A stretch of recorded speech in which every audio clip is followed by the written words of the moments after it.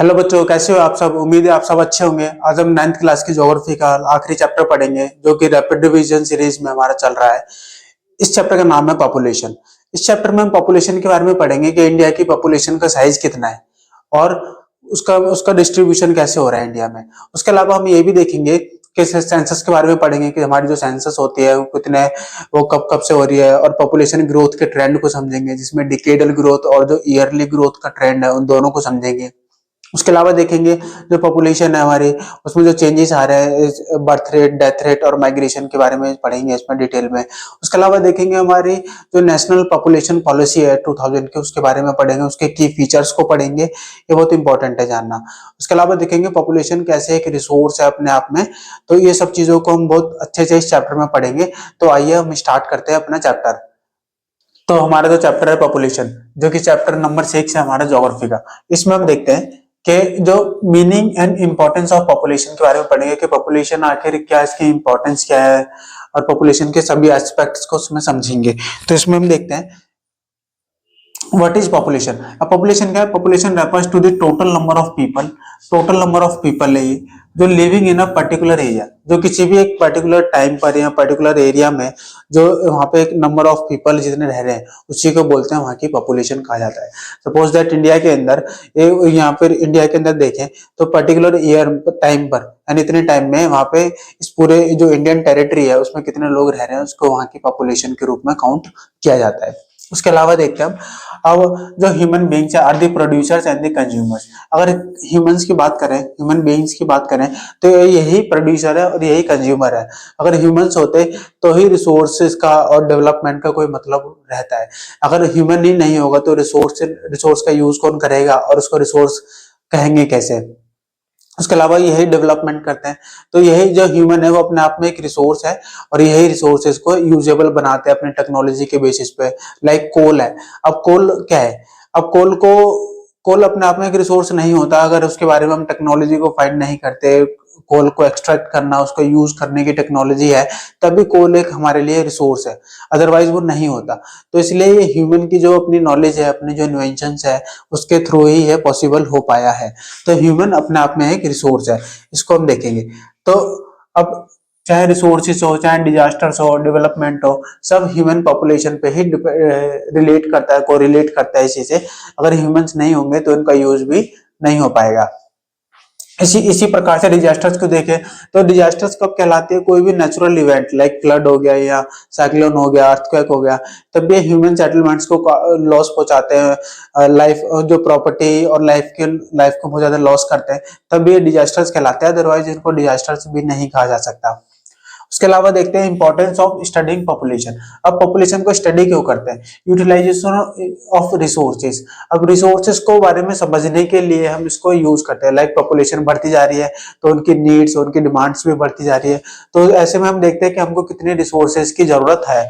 Like अब population तेजी से ग्रो कर रही है तो उनके लिए इलेक्ट्रिसिटी की डिमांड बढ़ती जा रही है।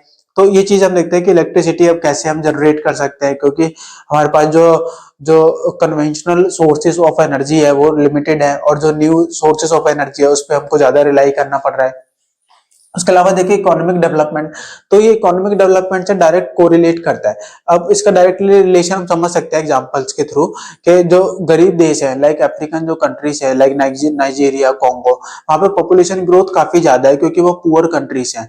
तो जो पुअर कंट्रीज है वहां पे पॉपुलेशन ग्रोथ ज्यादा होता है और जैसे इकोनॉमिक ग्रोथ हमारा इंक्रीज होता जाता है वैसे पॉपुलेशन भी थोड़ी स्टेबलाइज होना स्टार्ट हो जाती है।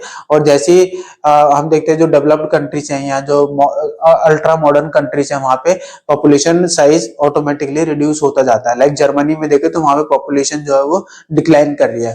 उसके आगे हम देखते हैं सोशल एंड कल्चरल एनवायरनमेंट की बात करते हैं कि सोशल एंड कल्चरल जो एनवायरनमेंट होता है वो भी डायरेक्ट पॉपुलेशन से कोरिलेट करता है। उसके अलावा हम देखते हैं कि पॉपुलेशन क्या है, अपने आप में एक पाइवोटल एलिमेंट है इन सोशल स्टडीज में। अगर आपको सोशल स्टडीज को सही ढंग से समझना है, उसको डीप अंडरस्टैंडिंग वहां पर करनी है, तो पॉपुलेशन को और उसके पैटर्न को आपको ध्यान से पढ़ना पड़ेगा। आगे हम देखते हैं सेंसस। अब सेंसस क्या है? सेंसस क्या होती है? जनगणना। अब जनगणना क्या होती है? जो हर 10 ईयर्स के इंटरवल पर होती है। इंडिया के अंदर ही जो स्टार्ट हुई थी जनगणना वो हमारी स्टार्ट हुई 1972 में, जो कि इनकम्प्लीट रही और सक्सेसफुल नहीं रही। फिर सॉरी 1872 में। फिर दूसरी हुई हमारी 1881 में, जो कि हमारी फर्स्ट सेंसस मानी जाती है, first successful and complete census मानी जाती है। तो 1881 में हुई, और तब से लेके अब तक हर 10 इयर्स के इंटरवल पे सेंसस कंडक्ट कराई जाती है, जिसमें क्या क्या चीजें होती है। एक ऑफिशियल काउंटिंग होती है सेंसस पॉपुलेशन की। इसके अंदर जो डेटा होता है हमारा, इसमें पॉपुलेशन साइज को देखा जाता है, पॉपुलेशन डिस्ट्रीब्यूशन को देखा जाता है, ग्रोथ को देखा जाता है, लिटरेसी देखी जाती है, सेक्स रेशियो देखा जाता है, ऑक्यूपेशनल स्ट्रक्चर देखा जाता है। तो ये मेन हमारी जानकारी है, जो डेटा है, जो सेंसस से हमको मिलता है, जो कि आगे चल के पॉलिसी मेकिंग में और जो प्लानिंग में काफी हेल्प करता है। उसके अलावा देखते हैं सेंसस इन इंडिया। अब सेंसस जो इंडिया में होते हैं, फर्स्ट सेंसस होती है 1872 में, जो कि इनकम्प्लीट रही थी और सक्सेसफुल नहीं हो पाई थी।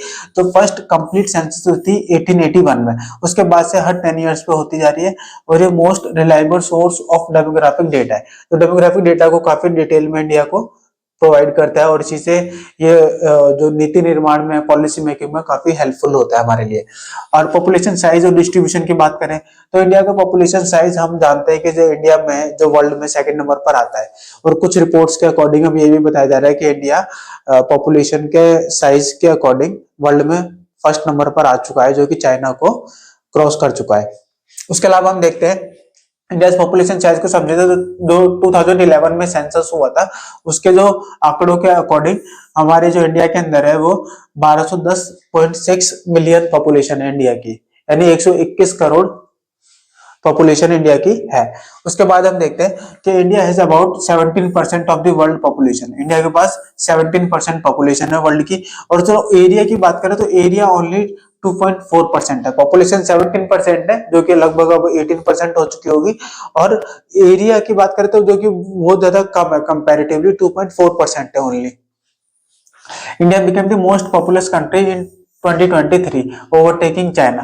लेकिन अब कुछ रिपोर्ट्स ऐसा भी कहती है कि इंडिया जो 2040 तक चाइना को क्रॉस कर देगा। तो अलग अलग रिपोर्ट्स के अकॉर्डिंग ये बताया जाता है। अब डिस्ट्रीब्यूशन की बात करें तो पॉपुलेशन के डिस्ट्रीब्यूशन को कई सारे फैक्टर्स होते हैं जो इफेक्ट करते हैं, क्योंकि पॉपुलेशन वहीं पे ज्यादा होती है जहाँ पे सूटेबिलिटी ज्यादा होती है। लाइक वहां पे सबसे पहले देखते हैं रिलीफ फीचर्स, देखते हैं कि वहां के रिलीफ फीचर्स कहते हैं। रिलीफ अगर प्लेन जगह है तो प्लेन में पॉपुलेशन ज्यादा रहती है। प्लेन में क्या होता है, डेवलपमेंट के पोटेंशियल ज्यादा होता है, रोड्स एंड रेलवे फैसिलिटीज वहां पे ज्यादा होती है। और उसके अलावा वहां पे रिवर्स वगैरह फ्लो करती है, तो जो वहां की जो सॉइल है वो फर्टाइल होती है, तो एग्रीकल्चर के लिए भी अच्छा एक स्कोप होता है। तो इसलिए ज्यादातर पॉपुलेशन जो प्लेन रीजन होते हैं वहां पे रिसाइड करती है। उसके अलावा माउंटेन रीजन देखें, यहाँ पे जो डेजर्ट रीजन होते हैं वहां पे पॉपुलेशन कम रहती है, क्योंकि वहां पे हार्श क्लाइमेटिक कंडीशन होती है। और इसके अलावा वहां पे जो टेरेन होता है वहां का वाकई काफी उबड़ खाबड़ होता है, वो एक आइडियल लाइफ को सपोर्ट नहीं करता। उसके अलावा देखिए क्लाइमेट, क्लाइमेट की बात करें तो क्लाइमेट भी एक इंपॉर्टेंट फैक्टर है, क्योंकि क्लाइमेट जब काफी ज्यादा हार्श होती है, या फिर कहीं बहुत ज्यादा ठंड हो रही है, या कहीं बहुत ज्यादा गर्मी हो रही है, या तो वहां पे क्या होता है, पॉपुलेशन का साइज कम होता है, क्योंकि वहां पे रहना और जीना काफी कठिन होता है। वहां पे जो सर्वाइवल के लिए जो जरूरी चीजें होती है वो जुटाना काफी मुश्किल होता है, इसलिए लोग वहां पे नहीं रहते।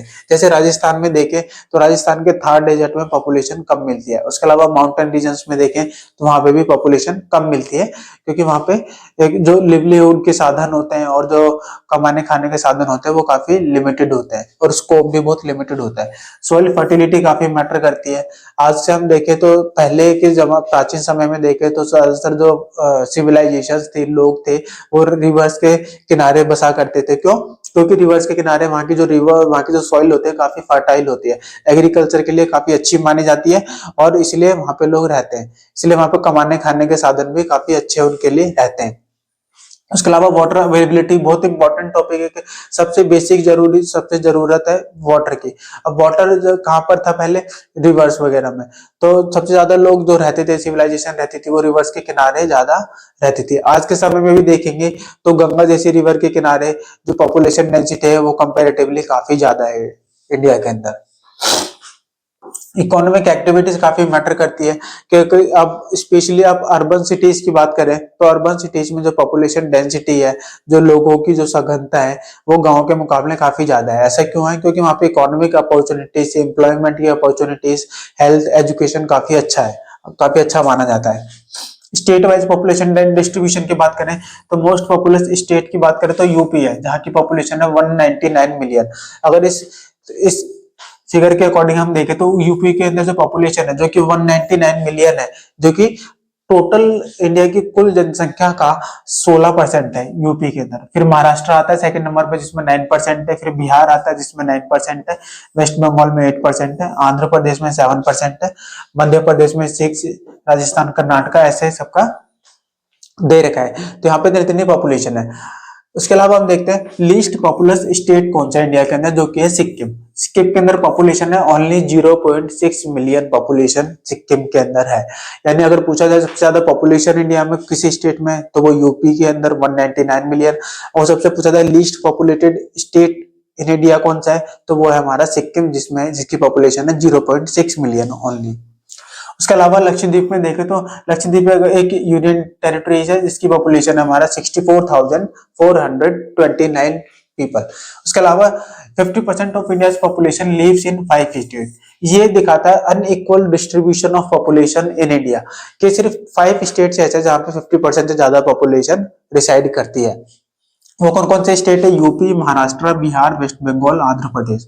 अब ऐसा क्यों है? क्योंकि ये जो पॉपुलेशन, ये जो स्टेट्स हैं यहाँ पे यहाँ की सॉइल काफी फर्टाइल है, वाटर अवेलेबिलिटी काफी ज्यादा है, रिवर्स का फ्लो यहाँ पे अच्छा है, प्लेन रीजन से ज्यादातर, तो इसलिए यहाँ पे पॉपुलेशन डेंसिटी और पॉपुलेशन साइज यहाँ पे ज्यादा है। उसके अलावा देखते हैं पॉपुलेशन डेंसिटी क्या होती है। अब डेंसिटी क्या होती है? पर स्क्वायर किलोमीटर पर, नंबर ऑफ पर्सन पर स्क्वायर किलोमीटर।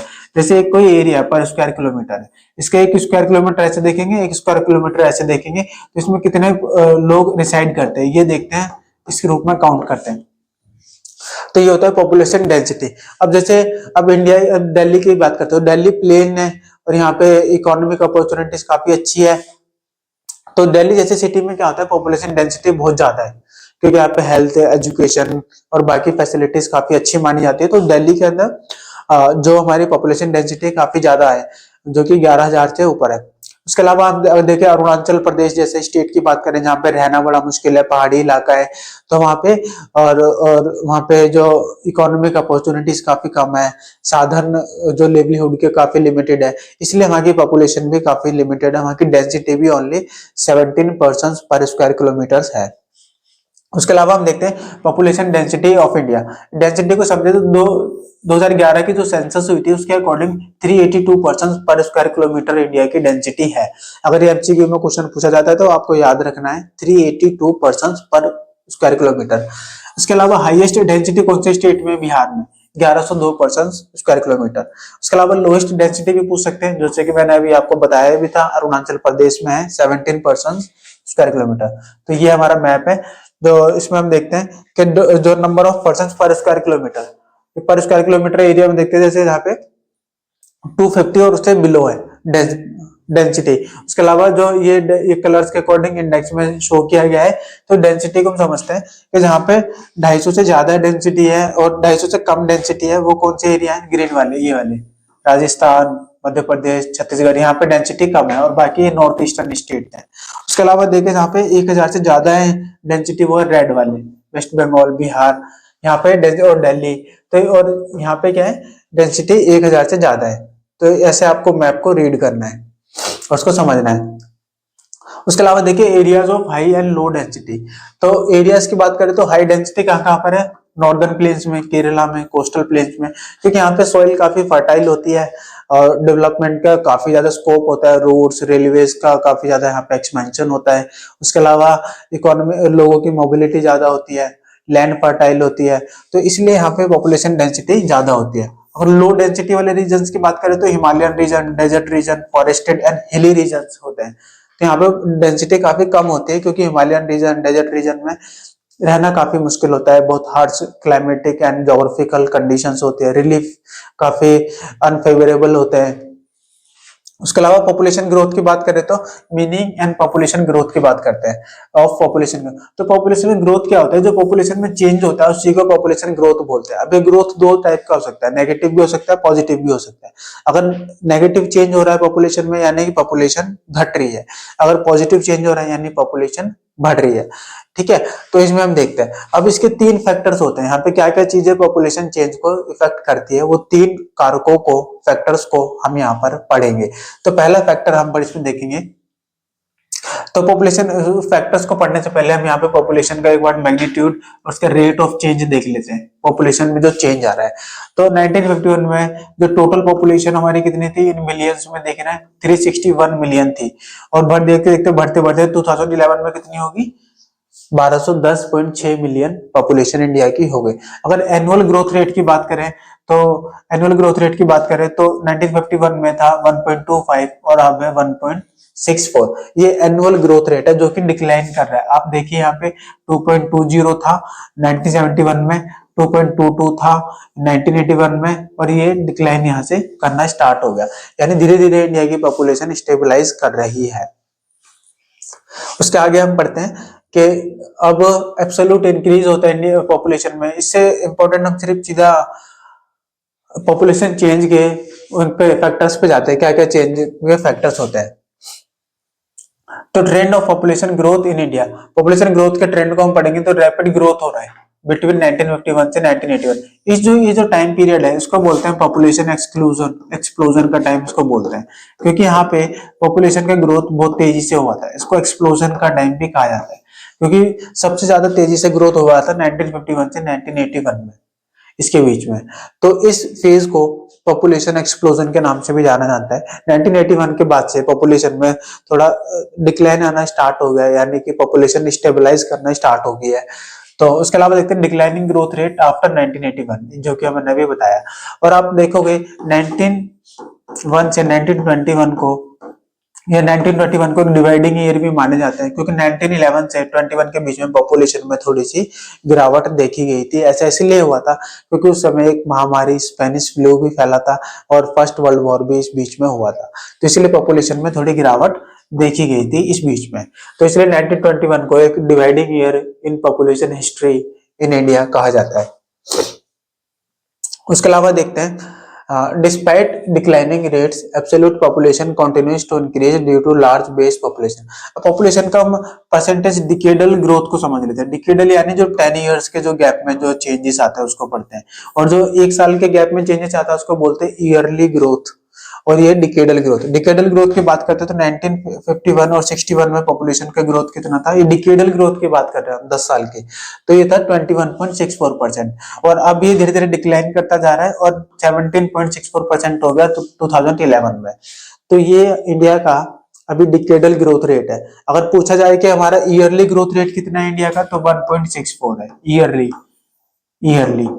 अगर पूछा जाए डिकेडल ग्रोथ रेट कितना है, तो वो 17.64%। ठीक है, आगे हम बढ़ते हैं, इसको देखते हैं। इस बार ग्राफ के थ्रू हम पॉपुलेशन साइज को इंडिया के समझते हैं, कैसे कैसे पॉपुलेशन जो है वो बढ़ता जा रहा है, तो इसको देखते हैं। तो कैसा था हमारा, 1901 में थी पॉपुलेशन 238, ये इसकी मिलियंस में दे रखी है 238 मिलियंस। उसके अलावा बढ़ते बढ़ते अब देखो 2011 में कितनी हो गई, 1210 मिलियन पॉपुलेशन इंडिया की हो चुकी है अप्रोक्स। अब processes of population change, population में जो चेंज आ रहा है वो कैसे आ रहा है, तो उसमें सबसे पहले देखते हैं बर्थ रेट। उसमें 3 मेन प्रोसेसेस है हमारी। पहले है बर्थ रेट। बर्थ रेट क्या होता है, नंबर ऑफ लाइव बर्थ पर 1000 पर्सन इन ईयर, यानी एक साल में 1000 लोगों पर कितने लाइव बर्थ हुए हैं, उसी को बोलते हैं पॉपुलेशन, उसको बोलते हैं ग्रोथ रेट। तो बर्थ रेट हमारा ये हो गया। उसके अलावा देखिए major cause of population growth in India, ये सबसे ज्यादा मेजर कॉज रहा है इंडिया में, क्योंकि 1951 के बाद से इंडिया के अंदर जो बर्थ रेट काफी ज्यादा हो गया था और डेथ रेट काफी कम हो गया था। डेथ रेट इसलिए कम हुआ था क्योंकि जो क्लिनिकल सुविधाएं काफी ज्यादा बढ़ गई थी, मेडिकल फैसिलिटीज काफी ज्यादा बढ़ रही थी, नए नए इन्वेंशन हो रहे थे, तो इसलिए कई सारी बीमारियां को प्रिवेंट करना आसान हो चुका था। उसके अलावा हम देखते हैं, जैसे कि इसका एग्जांपल ले ले, जैसे कोविड-19 आया, कोविड-19 में जो डेथ्स हुई वो काफी कम हुई। इससे पहले जो 100 इयर्स पहले जो स्पेनिश फ्लू आया था, तो स्पेनिश फ्लू से जो डेथ हुई थी वो लगभग 2 करोड़ हुई थी। तो स्पेनिश फ्लू की जो डेथ हुई थी वो काफी ज्यादा हुई थी, तो ये इसलिए इसको माना जाता है। इसलिए क्योंकि ऐसा कोविड-19 में डेथ इसलिए कम हुई क्योंकि वहां पे ऐसा माना जाता है कि वहां पे मेडिकल फैसिलिटीज काफी ज्यादा थी और नए नए डिजीज को प्रिवेंट करना आसान हो गया था।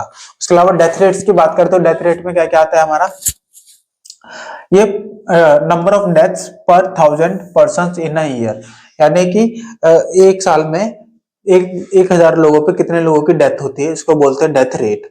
तो ये क्या होता है, डिक्लाइनिंग, ये डिक्लाइन कर रही है। क्यों? बेटर मेडिकल फैसिलिटीज होगी, जैसे कि मैं भी आपसे डिस्कस कर रहा था कि जैसे जैसे मेडिकल फैसिलिटीज बेहतर होती जा रही है, जो डिक्लाइनिंग जो डेथ रेट है उसको वो भी डिक्लाइन करती जा रही है।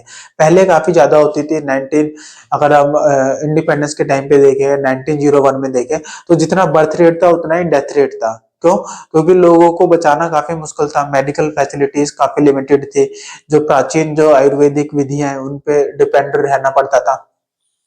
अब जैसे मॉडर्न जो मेडिकल फैसिलिटीज और जो इक्विपमेंट्स और जो इन्वेंशंस हुए हैं, उनकी वजह से क्या हो गया, अब जो मेडिकल फैसिलिटीज काफी अत्याधुनिक हो चुकी है, और हमारी जो डेथ रेट है वो भी डिक्लाइन हो गया। इम्प्रूव्ड सैनिटेशन हो गया, न्यूट्रिशन हेल्थ केयर पे काफी ध्यान दिया जाने लगा है। कि उसके अलावा देखते हैं माइग्रेशन। माइग्रेशन क्या होता है? Movement of people from one place to another. अभी ये मूवमेंट जो होता है काफी ज्यादा हो गया है। अब जैसे ग्लोबलाइजेशन हो गया है, ट्रांसपोर्टेशन काफी ज्यादा डेवलप्ड हो गया है, तो लोगों का मूवमेंट काफी ज्यादा हो गया है, एक जगह से दूसरी जगह जाना काफी आसान हो गया है। तो cities to cities, urban to cities या रूरल टू सिटीज काफी ज्यादा हो गया है। तो इसमें देखते हैं टाइप्स ऑफ माइग्रेशन। इसके टाइप्स को पढ़ते हैं। इंटरनल माइग्रेशन होता है, एक इंटरनेशनल माइग्रेशन होता है। इंटरनल माइग्रेशन होता है जो विद इन दी कंट्री होता है, state to state, like UP से कोई मध्य प्रदेश चला गया, बिहार से कोई महाराष्ट्र चला गया, तो ये होता है हमारा इंटर स्टेट, यानी कि इंटरनल माइग्रेशन इसको कहा जाता है। अब इंटर और इसमें क्या होता है, इंटरनेशनल माइग्रेशन क्या होता है, बिटवीन द कंट्रीज होता है, कोई एक देश से दूसरे देश में चला जाता है।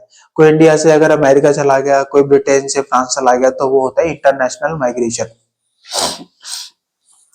इम्पैक्ट ऑफ माइग्रेशन की बात करें तो इसका इम्पैक्ट क्या पड़ता है, does not change total population size. ये टोटल पॉपुलेशन में तो कोई चेंज नहीं करता, लेकिन पॉपुलेशन डिस्ट्रीब्यूशन में जरूर चेंज करता है। क्योंकि एक से क्या होता है, जैसे अब रूरल एरियाज से अर्बन एरियाज में पॉपुलेशन काफी तेजी से माइग्रेट कर रही है, तो इसकी वजह से क्या हो रहा है, जो सिटीज है उसके अंदर पॉपुलेशन डेंसिटी बढ़ती जा रही है, और जो रूरल एरिया है वहां पर पॉपुलेशन डेंसिटी कम होती जा रही है। तो ऐसा क्यों? देखो, इससे पॉपुलेशन डिस्ट्रीब्यूशन पे काफी इफेक्ट पड़ता है, एज कॉम्पोजिशन पे इफेक्ट पड़ता है, सेक्स रेशियो पे इसका इफेक्ट पड़ता है। सेक्स रेशियो पे कैसे पड़ता है, जैसे रूरल एरियाज से जो अर्बन एरियाज में ज्यादातर मेल माइग्रेट करते हैं। मेल माइग्रेट इसलिए करते हैं क्योंकि उन्हें इकोनॉमिक अपॉर्चुनिटीज यहाँ पे दिखती है, जॉब की तलाश में वो यहाँ पर आते हैं। जैसे जॉब की तलाश में आते हैं तो क्या होता है, गाँव के अंदर क्या होता है, फीमेल्स के नंबर ज्यादा हो जाते हैं और मेल्स के नंबर कम हो जाते हैं। उसके उल्टा अगर शहरों में देखें तो शहरों में ज्यादातर जो पुरुष है, जो मेल है, वो माइग्रेट कर कर आ रहे हैं गांव से, और इसकी वजह से क्या होता है, शहरों के अंदर मेल का संख्या ज्यादा हो जाती है और फीमेल्स की संख्या कम हो जाती है, और गांव के अंदर मेल्स की संख्या कम हो जाती है और फीमेल्स की ज्यादा हो जाती है। तो ये सेक्स रेशियो को ऐसे इफेक्ट करता है। एज कॉम्पोजिशन की बात करें तो क्या होता है, जैसे कि उत्तराखंड में क्या होता है, उत्तराखंड इसका एक एग्जाम्पल दे रहा हूँ। उत्तराखंड में क्या, ज्यादातर जो वहाँ की जो युवा आबादी है, वहाँ के जो यूथ है, वो माइग्रेट कर रहा है अदर स्टेट्स में। तो इसे इसके वो उसका रीजन कई सारे हो सकते हैं, लाइक एम्प्लॉयमेंट। तो वो अपॉर्चुनिटी जब वहां से वो माइग्रेट कर रहे थे तो क्या हो रहा है, उत्तराखंड के अंदर यूथ पॉपुलेशन काफी कम हो गए, तो वहां का जो एज कॉम्पोजिशन है उसमें थोड़ा चेंजेस देखने को मिले हैं। अब बात करते हैं अर्बनाइजेशन एंड माइग्रेशन की। अब रूरल अर्बन माइग्रेशन, अब रूरल एरिया से अर्बन एरियाज में माइग्रेशन क्यों होता है? तो अब इसमें जब माइग्रेशन होता है तो इसमें दो फैक्टर्स होते हैं, पुश फैक्टर, पुल फैक्टर। अब पुश फैक्टर्स वो फैक्टर्स होते हैं जो किसी को धकेलते हैं, यानी कि एक एक ऐसे फैक्टर्स होते हैं जो किसी भी इंसान को, किसी भी पर्सन को उस क्षेत्र को छोड़ने के लिए मजबूर करते हैं। पुश फैक्टर्स लाइक गरीबी हो गया, पॉवर्टी हो गया, अनएम्प्लॉयमेंट हो गया, ठीक है, या फिर पॉलिटिकल अनस्टेबिलिटी हो गया, सोशल बैकवर्डनेस हो गया, एजुकेशन हेल्थ फैसिलिटीज की कमी होगी। तो ये चीजें होती है जो किसी को पुश करती है कि नहीं, आप दूसरे एरिया में जाइए, अगर आपको ये सारी फैसिलिटीज चाहिए तो आपको इस एरिया में नहीं मिलेगी, आप दूसरे एरिया में आपको जाना पड़ेगा। तो ये होते हैं पुश फैक्टर। दूसरी तरफ होते हैं पुल फैक्टर्स। पुल फैक्टर्स वो फैक्टर्स होते हैं जो किसी को अट्रैक्ट करते हैं अपनी तरफ, उसको खींचते हैं। और खींचेंगे कैसे? वहां पे इंप्लॉयमेंट फैसिलिटीज अच्छी होती है, इकोनॉमिक जो पर कैपिटा इनकम वहां पे ज्यादा होती है, लोगों का सोशियो इकोनॉमिक स्टेटस काफी अच्छा होता है, उसके अलावा हेल्थ एंड एजुकेशन फैसिलिटीज काफी एडवांस होती है, अच्छी होती है। तो ऐसी या फिर रिलीजियस पर्पज से लोग वहां पे माइग्रेट करते हैं, इसको बोलते हैं पुल फैक्टर्स। उसके अलावा हम देखते हैं ग्रोथ ऑफ अर्बन पॉपुलेशन। अब अर्बन पॉपुलेशन की ग्रोथ को समझते हैं। जो अर्बन पॉपुलेशन की ग्रोथ बहुत तेजी से हो रही है इंडिया के अंदर, जो टोटल पॉपुलेशन ग्रोथ हो रहा है उसके कंपैरिजन में अगर अर्बन पॉपुलेशन की बात करें तो बहुत तेजी से ग्रो हो रहा है। क्यों? क्योंकि India is a developing country, और डेवलपिंग कंट्री में ये एक मेजर ट्रेंड ये है कि अर्बनाइजेशन बहुत तेजी से हो रहा है। जो अर्बन से जो रूरल एरिया से अर्बन एरियाज में पॉपुलेशन का जो पलायन हो रहा है, माइग्रेशन हो रहा है, वो काफी तेजी से हो रहा है। क्यों? क्योंकि अर्बन एरियाज में ऐसा माना जा रहा है, सिटीज में ऐसा माना जा रहा है कि वहां पे एम्प्लॉयमेंट फैसिलिटीज काफी अच्छी है, पॉवर्टी कम है और बाकी सारी सुविधाएं वहां पर ज्यादा है। इसलिए जो माइग्रेशन है वो काफी बड़े लेवल पे देखा जा रहा है। तो इसलिए क्या हो रहा है, अर्बनाइजेशन बहुत तेजी से हो रहा है इंडिया के अंदर। तो इसका देखिए 17.29% इन 1951 था, जो कि इतना हो गया। यानी कि इंडिया के अंदर जो अर्बन पॉपुलेशन थी, जो अर्बन पॉपुलेशन थी वो 1951 में थी 17.29%, और अब कितनी होगी 2011 में 31.80% हमारी अर्बन पॉपुलेशन हो चुकी है। और बाकी जो 60 जो बची जो रेस्ट ऑफ द पॉपुलेशन है 68.20% पॉपुलेशन वो रूरल एरियाज में रह रही है, जो कि अब धीरे धीरे अब तेजी से अर्बन एरियाज की ओर पलायन कर रही है। अगर मिलियन प्लस सिटीज की बात करें जिन्हें मेगा सिटीज भी कहा जाता है, तो 2011 में इनके नंबर थे 35 और 2001 में थे 35, 2011 में हो गए 53। यानी सिर्फ 10 सालों में ये इतना ग्रोथ देखने को मिला है मेगा सिटीज के अंदर। उसके आगे हम इसको पढ़ते हैं। तो 2023 में एक्सपेक्टेड था कि 59 सिटीज हो जाएगा, लेकिन अभी पॉपुलेशन के जो डेटा है, सेंसस का डेटा, वो अभी रिवील करना भी पेंडिंग है। तो वो जैसे ही आता है अब उसमें देखते हैं कितनी सिटीज इंडिया के अंदर हुई है। अब देखते हैं एडोलसेंट पॉपुलेशन। अब एडोलसेंट पॉपुलेशन किसी भी कंट्री के लिए बहुत इंपॉर्टेंट मानी जाती है, क्योंकि ये जो एज ग्रुप होता है हमारा 10 to 19 ईयर्स का होता है। ये किसी भी कंट्री के लिए एक बेस होता है, किसी भी कंट्री के फ्यूचर डेवलपमेंट के लिए बहुत इंपॉर्टेंट होता है, उसका फ्यूचर ग्रोथ के लिए इंपॉर्टेंट होता है, उसके स्कोप को डिसाइड करता है। तो ये किसी भी कंट्री में बहुत एक अच्छा माना जाता है। अगर किसी भी कंट्री में अगर ये पॉपुलेशन एज ग्रुप ज्यादा है तो यानी कि वो कंट्री फ्यूचर में अच्छा, उसके अंदर पोटेंशियल है डेवलपमेंट का।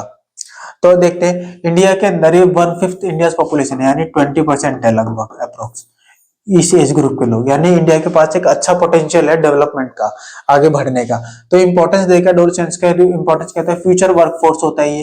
इसके रिक्वायर क्या है, प्रॉपर न्यूट्रिशन इनको चाहिए, एजुकेशन चाहिए, हेल्थ केयर चाहिए। अगर फ्यूचर वर्कफोर्स को हमको प्रॉपर यूज करना है, अगर हमको डेमोग्राफिक डिविडेंड का अगर प्रॉपर यूज करना है, इकोनॉमिक डेवलपमेंट को बढ़ाना है और वर्ल्ड इकोनॉमी हमको बनना है, तो उसके लिए हमको अपना जो यूथ पॉपुलेशन है, अब जो कमिंग यूथ पॉपुलेशन है, उन पे भी बहुत ध्यान देना पड़ेगा। तो उनको पे ध्यान देने के लिए उनकी एजुकेशन, उनकी हेल्थ, उनका न्यूट्रिशन पे बहुत ध्यान देना जरूरी है, ताकि हमारी जो फ्यूचर वर्कफोर्स है वो हेल्दी हो और उनकी प्रोडक्टिविटी ज्यादा हो, और काफी हेल्दी के अलावा उनकी एजुकेशन भी काफी अच्छी होनी चाहिए, जो भी जॉब ओरिएंटेड होनी चाहिए, स्किल्ड लेबर होनी चाहिए, ताकि वो अच्छे से काम कर सके। अब प्रॉब्लम फेस्ड, तो प्रॉब्लम्स कौन कौन सी है हम इसको देखते हैं। अब प्रॉब्लम्स फेस्ड हमारी जो यूथ पॉपुलेशन है, जो एडोलेसेंट्स है, उनके द्वारा जो प्रॉब्लम्स फेस की जा रही है उनको देखते हैं। तो इसमें सबसे पहला है mail nutrition, anaemia and among girls. Girls के अंदर सबसे बड़ी प्रॉब्लम है एनीमिया। लगभग हाफ ऑफ दी जो विमेन्स है और गर्ल्स है उनके अंदर ये प्रॉब्लम देखी जाती है।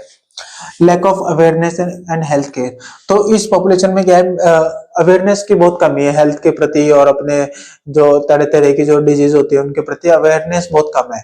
तो इसकी वजह से क्या होता है, उनकी हेल्थ केयर काफी पुअर है। अब नेशनल पॉपुलेशन पॉलिसी को समझेंगे, एनपीपी 2000। ये पॉलिसी बहुत इंपॉर्टेंट है, इसको कई बार एग्जाम में पूछा गया है और आपको इसको सही ढंग से पढ़ना है। ठीक है, मैं आपको बहुत आसान तरीके से समझाऊंगा, आप बस ध्यान से सुनिएगा। बैकग्राउंड की बात करते हैं, तो फैमिली प्लानिंग प्रोग्राम इंडिया में स्टार्ट हुआ 1952 से, क्योंकि इंडिया की जो पॉपुलेशन थी उस टाइम पे जब हमारा देश आजाद हुआ था 1947 में, तो इंडिया के अंदर पॉपुलेशन ज्यादातर गरीबी और भुखमरी का सामना कर रही थी और पॉपुलेशन ग्रोथ भी तेजी से हो रहा था। तो उसको देखते हुए इंडिया के अंदर पॉपुलेशन कंट्रोल के लिए कुछ पॉपुलेशन कंट्रोल प्रोग्राम्स चलाए गए। तो इस फैमिली प्लानिंग प्रोग्राम्स चलाए गए। तो इसमें हम देखते हैं, इसमें जो एनपीपी है हमारा 2000 का, ये बहुत इंपॉर्टेंट है, लॉन्ग टर्म प्लानिंग को देख के बनाया गया था। तो इसके जो की फीचर्स है, इसके जो ऑब्जेक्टिव्स है उसको देखना है। पहला क्या है, free and compulsory education up to 14 years, जो कि हमारा आगे चल के 2009 में एक एक्ट पास हुआ जिसमें आरटीई, जो कि हमारा फंडामेंटल राइट बनाया गया, राइट टू एजुकेशन 2009। तो इसमें यह था कि जो free and compulsory education to the children between the age of 6 to 14 years उनको देना था। उसके अलावा जो इन्फेंट मोर्टेलिटी रेट है उसको हमको रिड्यूस करना था, जो कि बिलो 30 पर 1000, यानी 1000 लोगों पर 30 से। अब इन्फेंट कौन होता है? इन्फेंट होता है जो 1 साल से कम के बच्चे होते हैं, जो कि 1 साल से कम के जीवित बच्चे होते हैं, उनकी अगर डेथ हो जाती है तो उसको बोलते हैं इन्फेंट मोर्टेलिटी रेट। तो इंडिया में इसका जो टारगेट था इस पॉलिसी के अकॉर्डिंग वो था हमको 30 से भी कम करना था 1000 लोगों पर। उसके अलावा यूनिवर्सल इम्यूनाइजेशन। इम्यूनाइजेशन क्या होता है? ये कुछ डिजीज होती है, कुछ सर्टेन डिजीजेस होती है, उनको प्रिवेंट करने के लिए इम्यूनाइजेशन इंडिया में किया जाता है, जो कि सभी बच्चों को और जो प्रेग्नेंट वीमेंस होती है उनको किया जाता है इम्यूनाइज। इसमें जो टोटल जो हमारी आज के समय में 12 प्रिवेंटेबल डिजीज है उनके लिए ये जो वैक्सीन उनके लगाई जाती है, और उसमें जैसे डिप्थीरिया हो गया, पर्टूसिस हो गया, हेपेटाइटिस हो गया, इस तरह के डिजीजेस को प्रिवेंट किया जाता है, तो उसको बोलते हैं यूनिवर्सल इम्यूनाइजेशन। अब promote delayed marriage for girls, यानी गर्ल्स की जो मैरिज की एज है उसको बढ़ाया जा रहा है, ये कोशिश की जा रही है कि जो मैरिज को एज को बढ़ाया जाए, क्योंकि पहले क्या होता था और गरीब कंट्रीज में आज भी ज्यादातर होता है, गरीब एरियाज में, कि वहां पे मैरिज जल्दी होती है, ये भी एक पॉपुलेशन ग्रोथ का रीजन बनता है। अनकरेज रिस्पॉन्सिबल पेरेंटहुड, एक रिस्पॉन्सिबल पेरेंटहुड को प्रमोट किया जा रहा है ताकि वो एक ऐसी आगे चल के फ्यूचर जनरेशन को जन्म दे, पॉपुलेशन को जन्म दे, जहाँ पे पॉपुलेशन कंट्रोल की जा सके। तो दूसरी चीज क्या, डेवलपमेंट पे ज्यादा ध्यान है, हेल्थ एजुकेशन पे ध्यान है। अगर एजुकेटेड होंगे लोग, डेवलपमेंट ज्यादा होगा तो पॉपुलेशन ऑटोमेटिकली थोड़ी सी रिड्यूस हो जाती है, कंट्रोल हो जाती है। उसके अलावा make family welfare people centred, जो फैमिली वेलफेयर को हमको पीपल सेंटर्ड बनाना है।